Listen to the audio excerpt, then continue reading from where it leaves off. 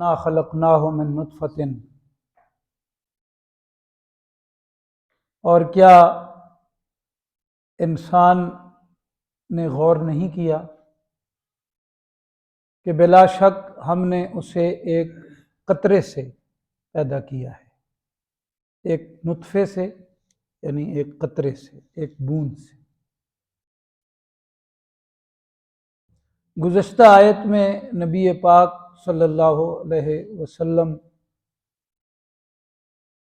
کو اللہ پاک نے تسلی دی کہ اتنے دلائل کے باوجود اگر یہ لوگ آپ کی بات نہیں مانتے تو آپ ان کی اوٹ پٹانگ باتوں اور اعتراضات پر، مخالفت پر غمگین نہ ہوں۔ یہ جو کچھ کہہ رہے ہیں اور جو ان کے اندر کی بات ہے وہ سب اللہ پاک کے علم میں ہے، فرمایا ہم جانتے ہیں۔ تو اب انہوں نے اپنا معاملہ ہم تک چھوڑ دیا ہے، تو پھر جب ہم نے حساب کا دن مقرر کیا ہوا ہے تو وہیں پہ پھر حساب ہو جائے گا، آپ غمگین نہ ہوں۔ وگرنہ دلائل تو اتنے ہیں کہ کوئی عذر ہو ہی نہیں سکتا، کوئی دوسری صورت ممکن ہی نہیں، اللہ پاک کو مانا نہ جائے، ایسا ممکن ہی نہیں ہے۔ تو فرمایا اپنے آپ پہ غور کر لے انسان۔ باقی جتنے دلائل ہیں، تنزیلی ہیں، تکوینی ہیں، پورے ماحول میں پھیلے ہوئے ہیں، انسان خود بڑی دلیل ہے، اللہ پاک کا شاہکار ہے، تو اپنے آپ پہ غور کر لے۔ اولم یر الانسان انا خلقناہ من نطفۃ، کہ اسے ایک بوند سے ہم نے پیدا کیا ہے۔ پہلے انسان کو اللہ پاک نے مٹی سے پیدا کیا ہے،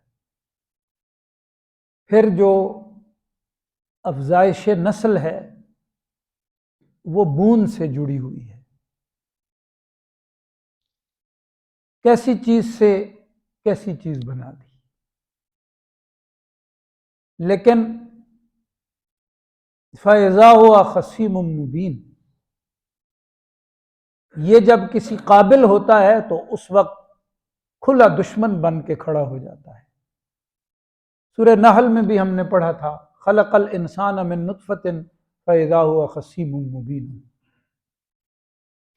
حق تو یہ تھا کہ یہ ہمارا تابعدار بن کے کھڑا ہوتا، فرما بردار بن کے جیتا، لیکن یہ تو دشمن بن کے کھڑا ہو گیا ہے۔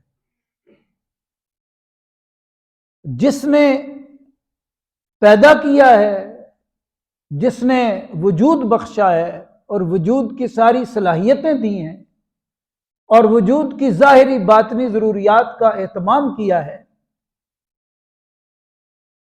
اس کے مقابلے میں کھڑا ہو گیا ہے، اس پہ انگلی اٹھاتا ہے۔ اس بات کا کسی نے انکار نہیں کیا سوائے ان لوگوں کے جن کی فطرت مسخ ہو جائے کہ ہمیں اللہ پاک نے نہیں پیدا کیا، یہ وہ کہتے ہیں۔ دہریت جن کے وجدان میں اتر جائے، ان کی فطرت مسخ ہو گئی۔ باقی مشرکوں نے، کافروں نے، کسی نے انکار نہیں کیا، سب نے کہا کہ ہمیں اللہ پاک نے پیدا کیا۔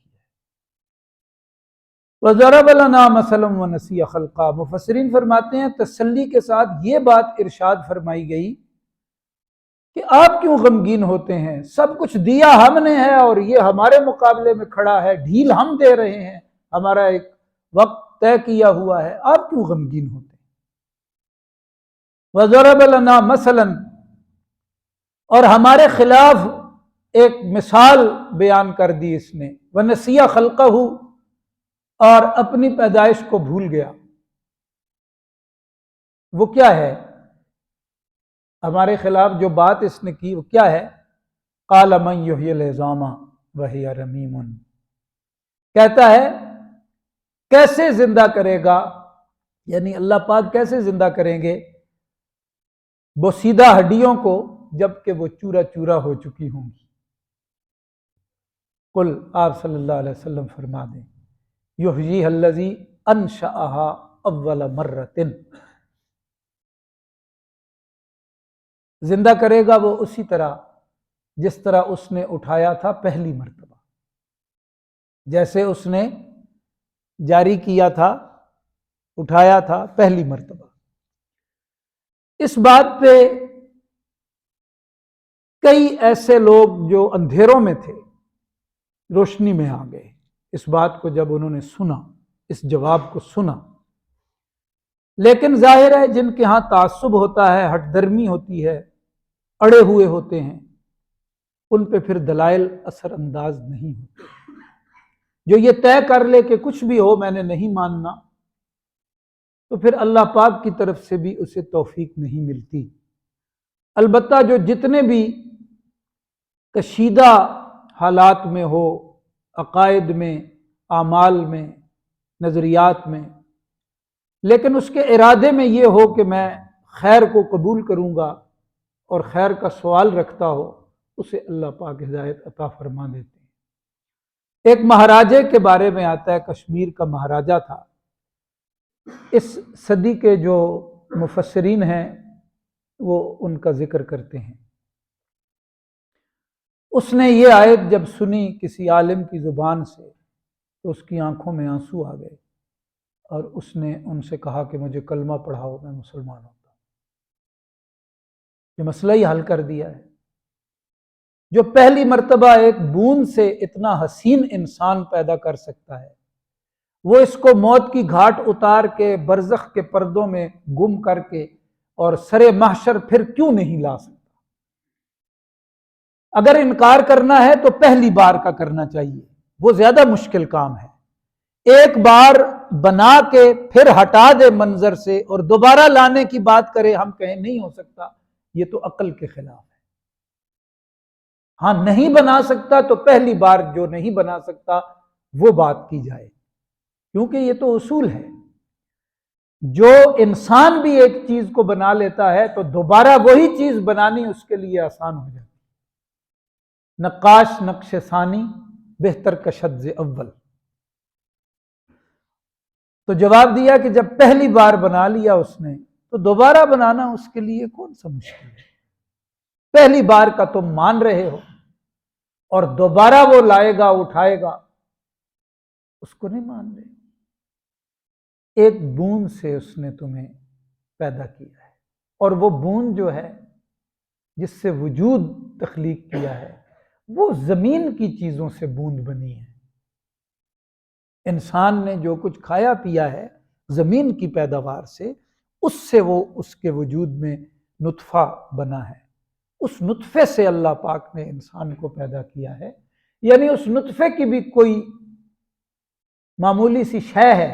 اب انسان کی اپنی تحقیق بہت آگے نکل گئی ہے، قرب قیامت کی علامات ہیں، تو پوری بوند بھی نہیں ہے، اس بوند کا بھی کوئی جز ہے، اس سے اللہ پاک نے پیدا کر دیا۔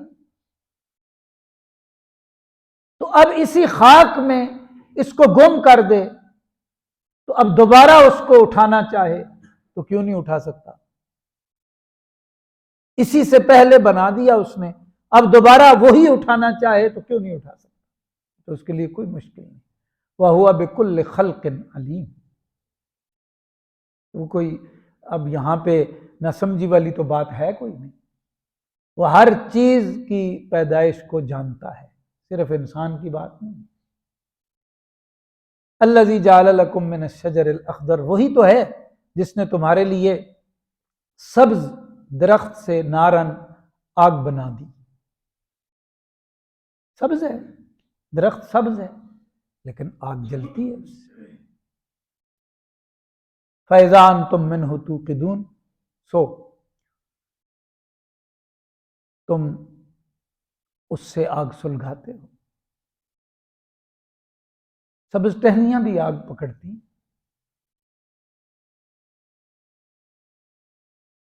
اس کے لیے تو کوئی مسئلہ نہیں ہے۔ اس کے لیے تو کوئی مشکل نہیں ہے۔ اولیس الذی خلق السماوات والارض بقادر، یعنی اشارہ دیا نا کہ اللہ پاک قانون کے تابع نہیں ہے، قدرت کے مالک ہے۔ یہ نقطہ یاد رکھنا چاہیے۔ مخلوق قانون کے ساتھ چل سکتی ہے، لیکن اللہ پاک قانون کے محتاج نہیں ہے۔ قدرت قانون سے اوپر ہے۔ اس کا مطلب اگلی آیت میں خود بیان کر دیا اللہ پاک نے کہ وہ جب جو جیسے چاہیں کر سکتے ہیں، اور وہ ہوتا کیسے ہے اس کے لیے کوئی ضابطہ نہیں ہے۔ فرمان الہی کافی ہوتا ہے، وہ فرما دیں ہو جا، بس ہو جاتا ہے۔ اب یہ قدرت ہے، امر کا مسئلہ ہے، امر۔ تو امر کو واضح نہیں کیا جا سکتا کہ یہ کیسے ہوتا ہے۔ خلق کو تو کیا جا سکتا ہے، امر کو نہیں کیا جا سکتا، اس لیے کہ خلق کے لیے قانون ہے، امر کے لیے قانون نہیں ہے۔ کیا ہے؟ قدرت ہے۔ تو وہ بات سمجھائی جا رہی ہے کہ سبز ٹہنی الگ چیز ہے، آگ الگ چیز ہے، لیکن جب اللہ پاک کا حکم ہوتا ہے تو آگ پکڑ رہی ہے۔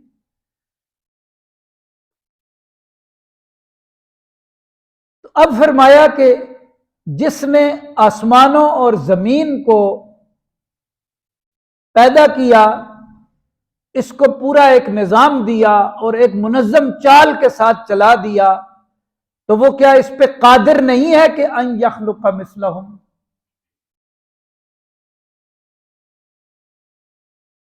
یعنی یہ دوسری دلیل آ گئی۔ پہلے یہ کہ پہلی مرتبہ تمہیں پیدا کیا، دوبارہ کیوں نہیں اٹھا سکتے؟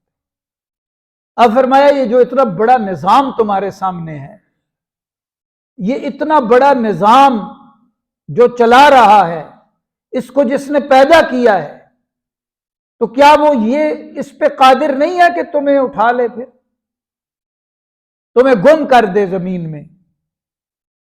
پھر جب چاہے اٹھانا چاہے تو کیوں نہیں اٹھا سکتا؟ بلا، خود ہی جواب دیا کہ یہ جو دلائل ہیں ان کا نتیجہ یہ ہے کہ بالکل وَهُوَ الْخَلَّاقُ الْعَلِيمُ، وہ سب کچھ پیدا کرتا ہے، کر سکتا ہے، سب کچھ جانتا ہے۔ تو وہ بتا رہا ہے کہ ایسا ہوگا، کہ اس کا علم ہے، اور اللہ پاک کے علم میں کوئی غلطی نہیں ہو سکتی۔ تو کیسے کرے گا پھر؟ یہ مشرکوں نے سوال کیا، کیونکہ آخرت کے منکر تھے۔ وہ کیسے ہوگا؟ فرمایا انما امرہ اذا اراد شیئا ان یقول لہ کن فیکون۔ جب وہ کسی کام کا ارادہ فرماتا ہے تو بس اتنا ہی کہتا ہے ہو جا، اس کام کے لیے اتنا فرماتا ہے ہو جا،